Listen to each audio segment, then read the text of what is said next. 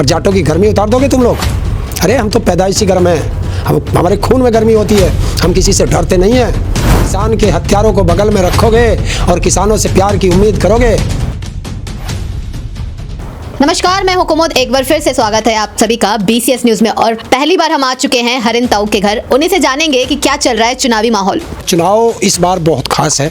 उत्तर प्रदेश का चुनाव इस बार परिवर्तन की तरफ जा रहा है, और ये परिवर्तन इस बार जनता करेगी, क्योंकि इस बार चुनाव नेता नहीं लड़ रहे, इस बार चुनाव को जनता स्वयं लड़ रही है।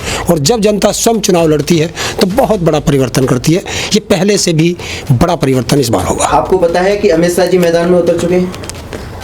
क्यों, अमित शाह कोई पहलवान है जो मैदान में आएगा? चाणक्य बोले जाते। चाणक्य तो ऐसे चाणक्य कितने आए और कितने गए। जनता से बड़ी चाणक्य कोई नहीं होता। सारा चुनावी माहौल बदल देते हैं। कोई नहीं बदल सकता। अगर चुनावी माहौल एक इंसान बदलता तो दिल्ली का चुनाव बीजेपी नहीं हारती, बंगाल का चुनाव बीजेपी नहीं हारती, राजस्थान का चुनाव बीजेपी नहीं हारती, झारखंड का चुनाव बीजेपी नहीं हारती, छत्तीसगढ़ का चुनाव बीजेपी नहीं हारती। आज आपने सुना नहीं है शायद अमित शाह जी को? मैं सुनता ही नहीं हूँ। ऐसे फालतू की चीज़ जो नफरत फैलाते हो उन लोगों को मैं कभी नहीं सुनता।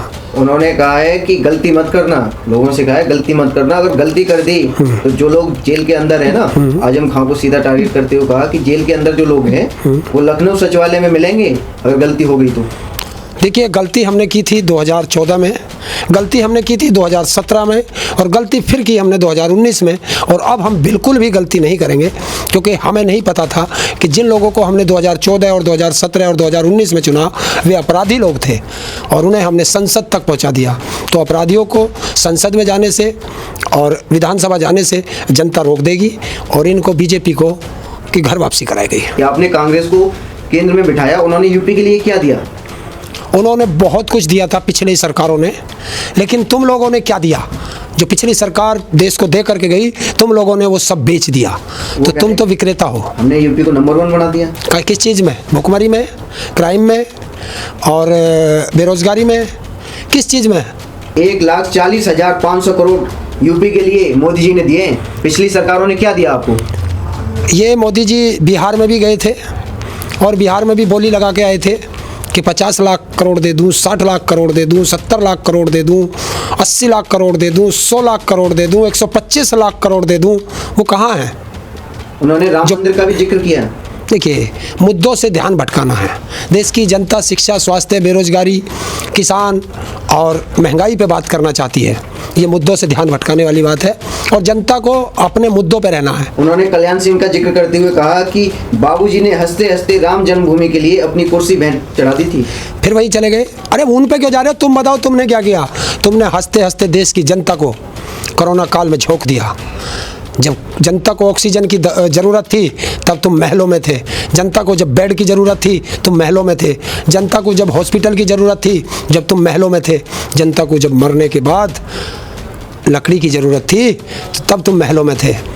और जब वो मर गए तो गंगा में बहा दिए गए, उनके कब्रिस्तान बना दिए गए। तो जनता सब पूछती है। उन्होंने कहा कि उन लोगों को अब नहीं लाएंगे जिन्होंने कार सेवकों पे गोली चलवाई। उन लोगों को कभी देश में राज नहीं करने देंगे जिन्होंने किसानों पर गाड़ी चढ़ा के उनकी हत्या की, जिन्होंने किसानों को 13 महीने सड़कों पर रुलाया, जिन्होंने माता और बहनों के सर फोड़े। उनको कभी देश की जनता दोबारा सत्ता नहीं देगी। जिन्होंने 700 से ज़्यादा किसानों की शहादत ली, उन्हें कोई किसान वोट नहीं देगा। अभी राम मंदिर का उन्होंने जिक्र किया कि अरे अखिलेश बाबू, अब आप कुछ नहीं कर सकते हो। नरेंद्र मोदी के शासन में देखते देखते राम मंदिर आसमान को छू रहा है। राम मंदिर बनने जा रहे हैं। चंदा चोर राम मंदिर के बोल रहे हैं, जो राम मंदिर का 1400 करोड़ रुपए का पहले चंदा खा गए और उसकी ज़मीन में घोटाला कर रहे हैं, वो बोल रहे हैं राम के बारे में। जनता में तो ये लोग जाते नहीं। जयंत चौधरी को लगता है कि अगर अखिलेश की सरकार बनी तो अखिलेश जयंत चौधरी की बात मानेंगे। देखिए, जनता में कौन नहीं जाते? कल जनता में ही तो थे। कल देखा नहीं है जन सैलाब जनता का किस तरीके से था? शामली से लेके और लौनी तक रात के 2 बजे तक भी जनता सड़कों पे खड़ी थी। इसे कहते हैं जनता का प्यार। जयंत चौधरी पर चुटकी लेते हुए उन्होंने कहा कि जयंत बाबू, जो अपने बाप का नहीं हुआ, अपने चाचा का नहीं हुआ, तो वो तुम्हारा कब होगा? अरे अमित शाह, जो अपनी पत्नी का नहीं हुआ वो हिंदुस्तान की जनता का क्या होगा? जवाब दे। किसको टारगेट करें? जो अपने बाप का नहीं हुआ वो जनता का क्या होगा? मोदी अपनी पत्नी का नहीं हुआ, योगी अपने बाप का नहीं हुआ तो फिर किस में बात करते हैं ये? उन्होंने ये भी कहा कि गेहूं और धान की फसल किसानों की सीधी बिकती है। कहाँ बिकती है? पैसा आता है। कौन कह रहा है? सब किसान तो धान की 1888 का माल 800 में बिक रहा है, उसे बेचना कहते हैं। अगर हिम्मत है तो एमएसपी पे गारंटी का कानून क्यों नहीं बनाते? वो बनाओ ना। इनको मिर्ची लग गई है। जब प्रदेश की जनता को 300 यूनिट बिजली फ्री मिलेगी ना, और 2250 रुपये का उनका बिल बचेगा हर महीने, और जो किसानों की सिंचाई बिजली का ट्यूबवेल का बिल पूरे भारत में इन्होंने उत्तर प्रदेश में सबसे महंगा किया है, जब वो किसानों को फ्री होगा, जब किसानों का 2-2.5 हज़ार रुपये महीना का बिजली का बिल बचेगा, वो एक मास्टर स्ट्रोक है। ये उससे घबरा रहे हैं, और ये घबरा रहे हैं कि देश की 36 बिरादरी एक साथ हो गई है और इनको खदेड़ा कर रही है। इनके नेताओं को गांव में नहीं घुसने देते, ये हवाई जहाज से आते हैं और एक नफरती बीज बोने की कोशिश कर रहे हैं, लेकिन जनता इनके नफरती बीज में नहीं आएगी। उन्होंने ये भी कहा कि कमल के बटन को इतनी जोर से दबाइए कि जेल में बंद आजम खां को झटका लगे। बिल्कुल, इस बार कमल का बटन हमने पिछली बार दबाया था। बच्चों की नौकरी चली गई, शिक्षा चली गई, स्वास्थ्य चला गया, किसान सड़कों पे आ गया, महंगाई आसमान छू गई, तो वो कमल का बटन अब बटन ही टूट गया है। इस बार बटन दबेगा गठबंधन का, जहाँ साइकिल है वहाँ साइकिल का, और जहाँ हैंडपंप है वहाँ हैंडपंप का, और इतने ज़ोर से दबेगा कि लखनऊ में योगी को और दिल्ली में अमित शाह और मोदी को करंट लगेगा। देखिए, ये देश की जनता की ताकत है। जो अमित शाह साल में कभी नहीं दिखाई देता, कोरोना काल में ही दिखाई देता है, नहीं दिखाई दिया। जब कोई ज़रूरत पड़ती है तब नहीं दिखाई देता, जब चुनाव आते हैं, जब बरसाती मेंढक की तरह निकल करके आता है। और ये दिल्ली में इसने घर घर पर्चे बांटे, दिल्ली से बीजेपी साफ। बंगाल में गया, बंगाल में घर घर पर्चे बांटे, बीजेपी साफ। अब उत्तर प्रदेश में घर घर पर्चे बांट रहा है, तो उत्तर प्रदेश से साफ। ये उत्तर प्रदेश की जनता की ताकत है, किसानों की ताकत है, मजदूरों की ताकत है, बेरोजगारों की ताकत है, माताओं और बहनों की ताकत है। एक देश के गृह मंत्री को हवाई जहाज से उतार के दर दर पे भटका दिया है।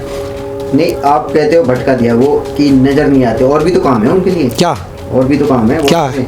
जब बोला था, जब 9 साल की बेटी के साथ दिल्ली में मंदिर में उसके साथ दुराचार करके उसकी हत्या की गई, बोला। जब 6 साल की बेटी दिल्ली के अंदर उसके साथ दुराचार करके और उसकी हत्या करने की कोशिश की और वो लड़की एम्स में तड़पती रही, तब ये बोला। जब हाथरस की बेटी थी तब बोला। आज इसे किसान और जाट याद आते हैं, और ये नहीं बताते कि वही जाट है जिसके चौधरी चरण सिंह का तुम लोगों ने लखनऊ के एयरपोर्ट का नाम बदलकर अडानी एयरपोर्ट कर दिया। ये वही चौधरी चरण सिंह है जिसका तुमने हरियाणा में कृषि विश्वविद्यालय के कैलेंडर से फ़ोटो तक हटा दिया। आज तुम उन जाटों की बात करते हो और जाटों की गर्मी उतार दोगे तुम लोग। अरे हम तो पैदाइशी गर्म हैं, हमारे खून में गर्मी होती है, हम किसी से डरते नहीं हैं। और याद रख लेना, अगर हमारी खून की गर्मी को छेड़ोगे तो तुम्हें बख्शेंगे नहीं। ये वोट की चोट से दिखा देंगे, और जो भी जाट हो या किसान हो जो बीजेपी को वोट देगा वो किसान का बेटा नहीं होगा, जाट का बेटा नहीं होगा। राहुल भी तो कह रहे हैं हमारे तो खून में गर्मी है, हमारे तो खून में गर्मी है, हम तो पैदाइशी गर्म होते हैं। वो तो कह रहे हैं शिमला बना देंगे। अरे उनसे पूछो अंग्रेजों से, उनकी एक किताब है अंग्रेजों की लिखी हुई, उसमें साफ लिखा है कि दिल्ली के चारों तरफ एक ऐसी कौम बसती है, अगर उनके अंदर एका हो गया तो वो भारत छोड़ो दुनिया पर राज करेंगे। तो हम तो उस कौम के हैं, हम अंग्रेजों के गुलाम नहीं रहे, मुगलों के गुलाम नहीं रहे, तो इनकी तो औकात क्या जो है हमें गुलाम बना ले। अरे उनसे पूछो, अमित शाह से पूछो, योगी से पूछो, मोदी से पूछो, अरे ये बताओ तुमने कितने हॉस्पिटल बनाए, कितनी यूनिवर्सिटी बनाई, कितनी इंडस्ट्री लगाई, कितनों को रोजगार दिया, किसान की आय दुगनी क्यों नहीं हुई आज तक? किसानों का हत्यारा तुम्हारी बगल में टहनी क्यों बैठा है? किसान के हत्यारों को बगल में रखोगे और किसानों से प्यार की उम्मीद करोगे, बख्शेगा नहीं किसान इस बार। अमित शाह जी कह रहे हैं कि सपा सिर्फ एक जाति और धर्म विशेष का काम करती है। उसे हमें पता है ना, इनके पास अपना कोई काम नहीं है बताने का, अपना विकास का कोई काम नहीं है बताने का। 5 साल में इन्होंने क्या किया उस पर नहीं बताएंगे, बस जाति धर्म उस पर चले जाएंगे। मोदी जी ने 130 करोड़ लोगों को टीका मुफ्त लगवाया है। तो इससे पहले टीके नहीं लगे फ्री में, पल्स पोलियो चला फ्री में चलता था, है जांचे चक। और इससे मोदी और अमित शाह से पूछना, इनके हाथ पे रुपए जितने 2 निशान होंगे ऐसे यहाँ टिकले से, वो टीके का कौन सा पैसा दे के आया था, ये या इनके पिताजी जा करके? ये तो पहले से लगते आए हैं और भारत में ही बने हैं वे टीके। इन्होंने कौन सी लैब इजाद कर दी? और जिस टीके की ये बात करते हैं, पिछला बजट उठा के देखना, उसमें 35 करोड़ रुपया वैक्सीन के लिए रखा गया था।